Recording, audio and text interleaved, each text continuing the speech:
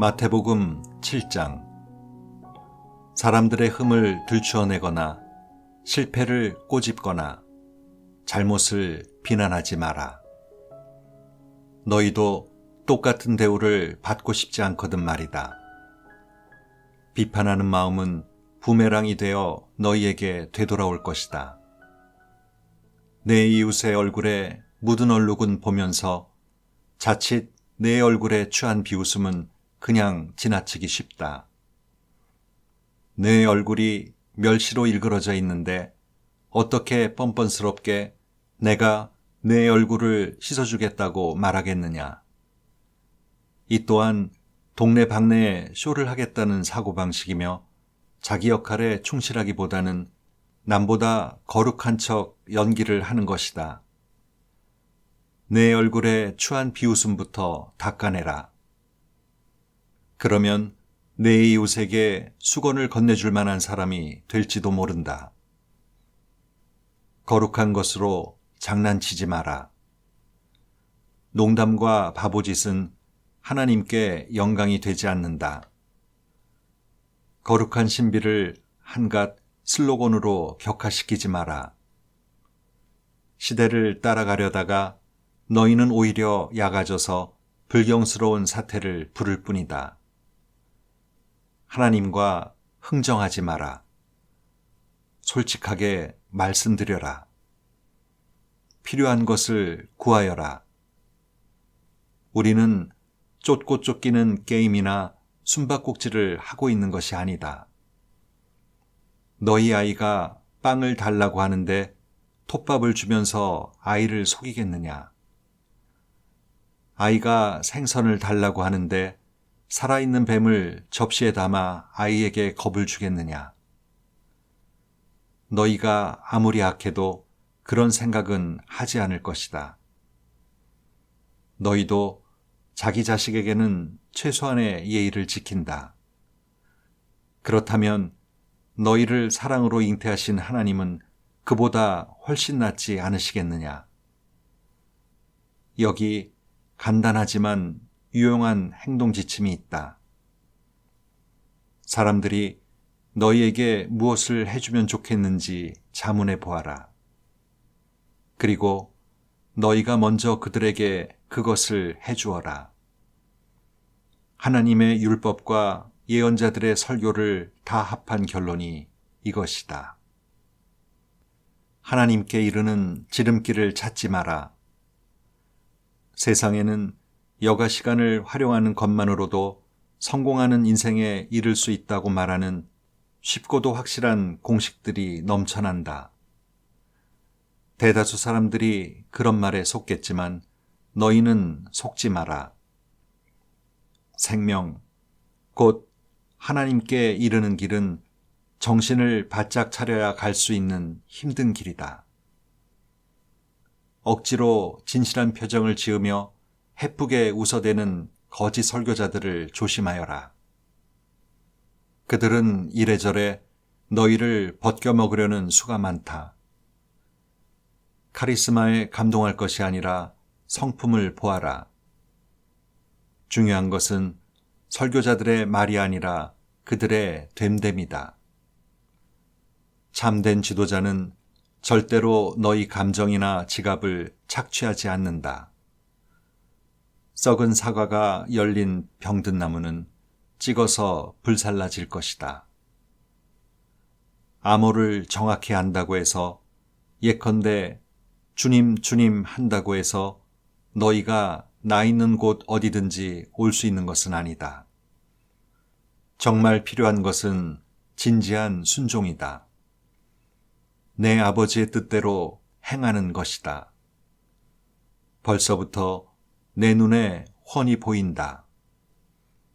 최후 심판날에 많은 사람들이 거들먹거리며 내게 와서 이렇게 말할 것이다. 주님, 우리는 메시지를 전했고 귀신을 혼내줬으며 하나님이 후원해 주신 우리 사업은 모든 사람들의 입에 오르내렸습니다. 그때 내가 뭐라고 말할지 아느냐? 이미 때는 늦었다. 너희가 한 일이라고는 나를 이용해 유력자가 된 것뿐이다. 너희에게는 나를 감동시키는 구석이 하나도 없다. 여기서 나가거라. 내가 너희에게 하는 이 말은 너희 삶에 덧붙이는 장식이나 너희 생활 수준을 높여주는 리모델링 같은 것이 아니다.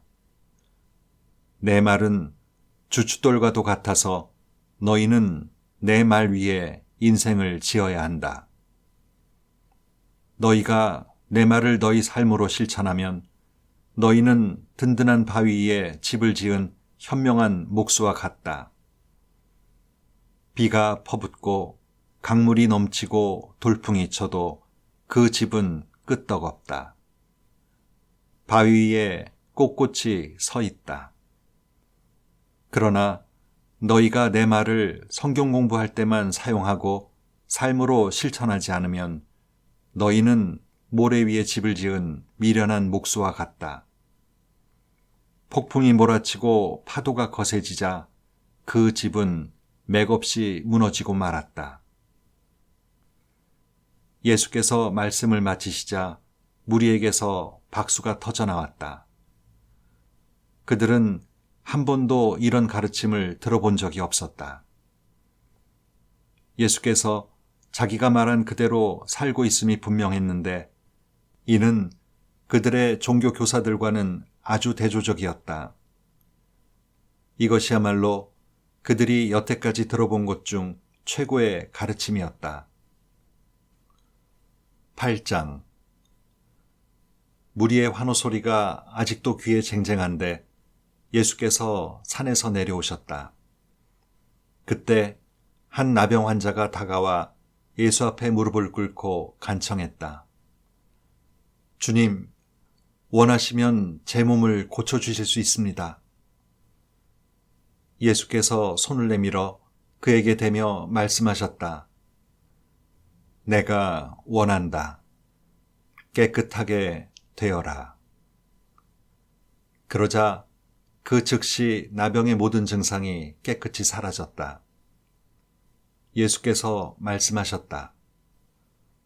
온 동네에 말하고 다니지 마라. 하나님께 합당한 감사의 표시를 가지고 제사장에게 가서 내 나은 몸을 조용히 보여라. 내 말이 아니라 깨끗해져서 감사하는 내 삶이 내가 한 일을 증거할 것이다. 예수께서 가버나움 마을에 들어가시자 로마군 지휘관 하나가 당황한 표정으로 다가와 말했다. 주님, 저의 종이 병들었습니다. 걷지도 못하고 고통이 심합니다. 예수께서 말씀하셨다. 내가 가서 고쳐주겠다. 그러자 지휘관은 이렇게 말했다. 아닙니다. 그렇게 수고하실 것 없습니다. 그저 명령만 내리시면 저의 종이 낫겠습니다. 저도 명령을 받기도 하고 내리기도 하는 사람입니다. 제가 한 병사에게 가라고 하면 가고 다른 병사에게 오라고 하면 옵니다. 그리고 저의 종에게 이것을 하라고 하면 합니다. 예수께서 크게 놀라시며 말씀하셨다. 하나님을 알고 그분이 일하시는 방식을 훤히 알아야 마땅한 이스라엘 백성 중에서도 이렇게 단순한 믿음은 아직 보지 못했다. 이 사람은 머지않아 사방에서 모여들 많은 이방인들의 선봉이다.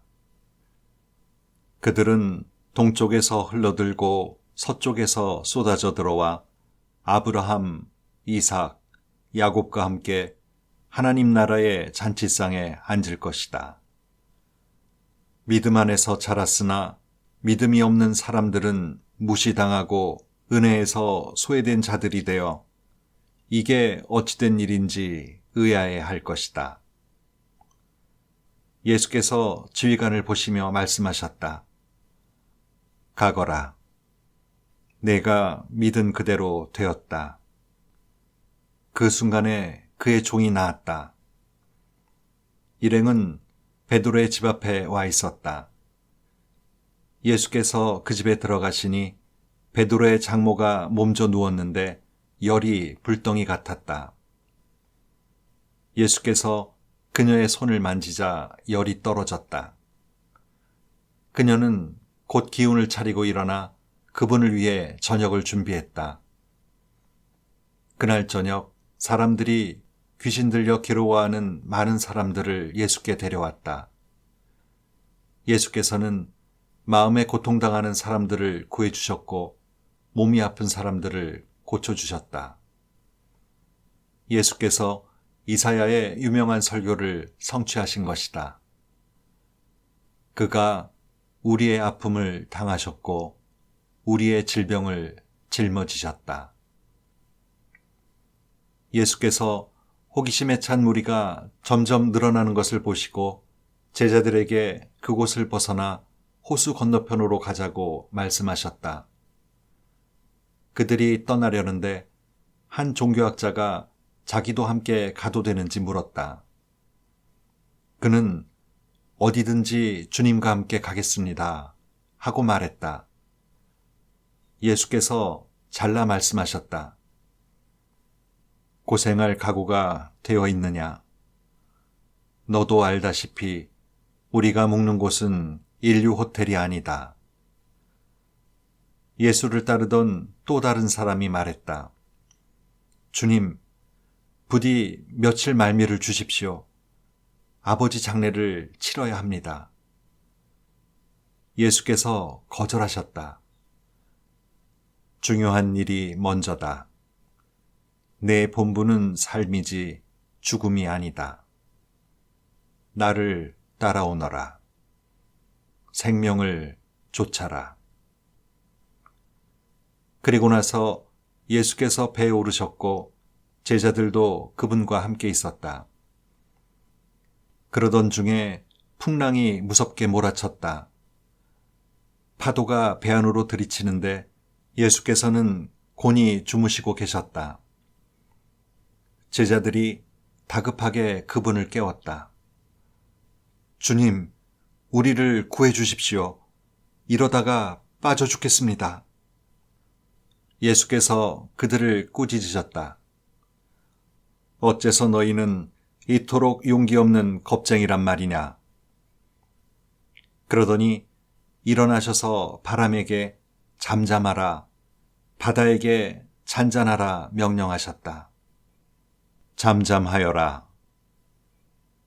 바다는 고요한 호수처럼 되었다.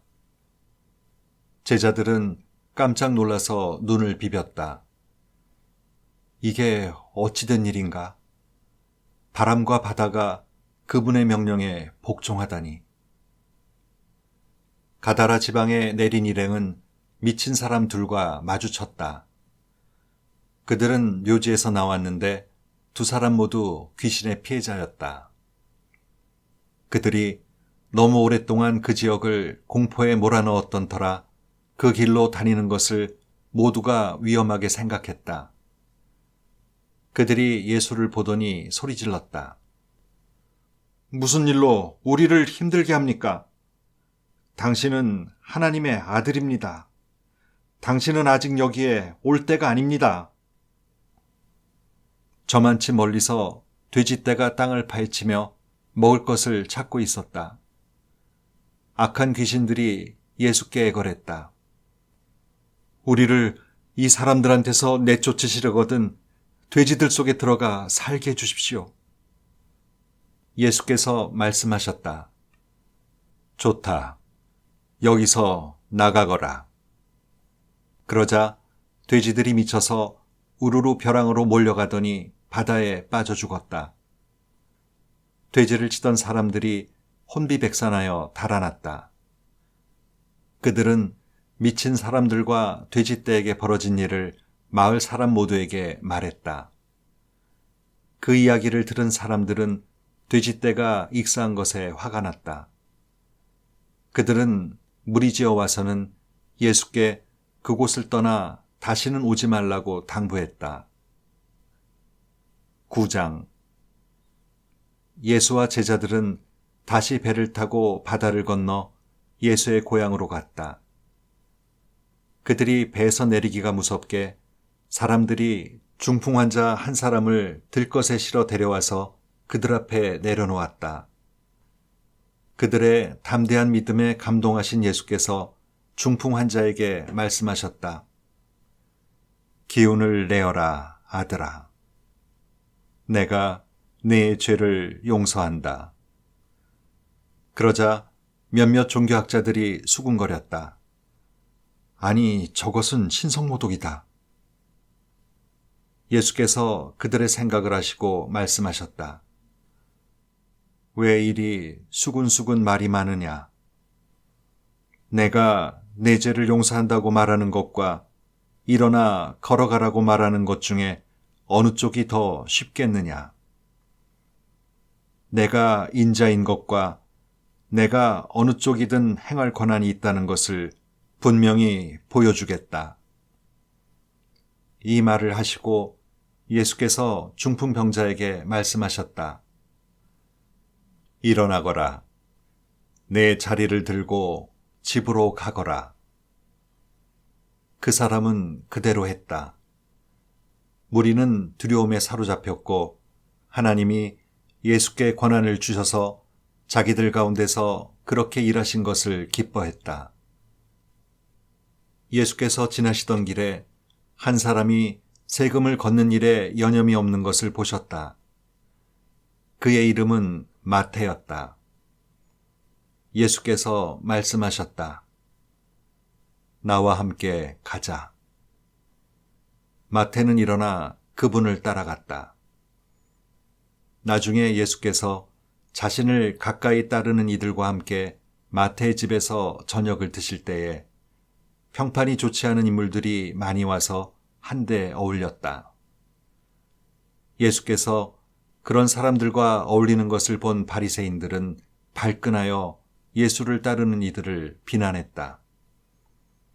사기꾼과 쓰레기 같은 인간들과 가까이 지내다니 당신네 선생의 이런 행동이 무슨 본이 되겠소? 예수께서 들으시고 반박하셨다. 의사가 필요한 사람이 누구냐? 건강한 사람이냐? 병든 사람이냐? 가서 내가 원하는 것은 자비이지 종교 행위가 아니다라는 성경 말씀이 무슨 뜻인지 헤아려 보아라. 내가 여기 있는 것은 소외된 사람들을 초청하려는 것이지 영향력 있는 사람들의 비위나 맞추려는 것이 아니다. 얼마 후에 요한을 따르는 이들이 와서 물었다. 우리와 바리새인들은 금식으로 몸과 영혼을 엄격히 훈련하는데 선생님을 따르는 이들은 왜 그렇게 하지 않습니까? 예수께서 그들에게 말씀하셨다. 즐거운 결혼식 중에는 빵과 포도주를 아끼지 않고 실컷 먹는다. 나중에 허리띠를 졸라맬 일이 있을지 모르지만 지금은 아니다. 정겨운 축하의 모닥불에 찬물을 끼얹는 사람은 없다. 하나님 나라가 임한다는 것은 바로 이런 것이다. 예수께서 계속해서 말씀하셨다. 멀쩡한 스카프를 잘라서 낡은 작업복에 대고 깁는 사람은 없다. 서로 어울리는 천을 찾게 마련이다. 그리고 금이 간 병에는 포도주를 담지 않는 법이다. 예수께서 이 말씀을 마치시자 한 지방 관리가 나와서 정중히 절하며 말했다. 제 딸이 방금 죽었습니다. 오셔서 손을 대주시면 그 아이가 살겠습니다. 예수께서 일어나 그와 함께 가시자 제자들이 뒤를 따랐다. 바로 그때에 12년 동안 혈루증을 앓아온 한 여자가 뒤에서 슬그머니 다가가 예수의 옷을 살짝 만졌다. 이분의 옷에 손가락 하나만 대어도 내가 낫겠다고 생각한 것이다. 예수께서 돌아서서 여자를 보셨다. 그리고 이렇게 다독여 주셨다. 안심하여라, 딸아. 너는 믿음의 모험을 했고 이제 병이 나았다. 그때부터 여자의 몸이 다 나았다.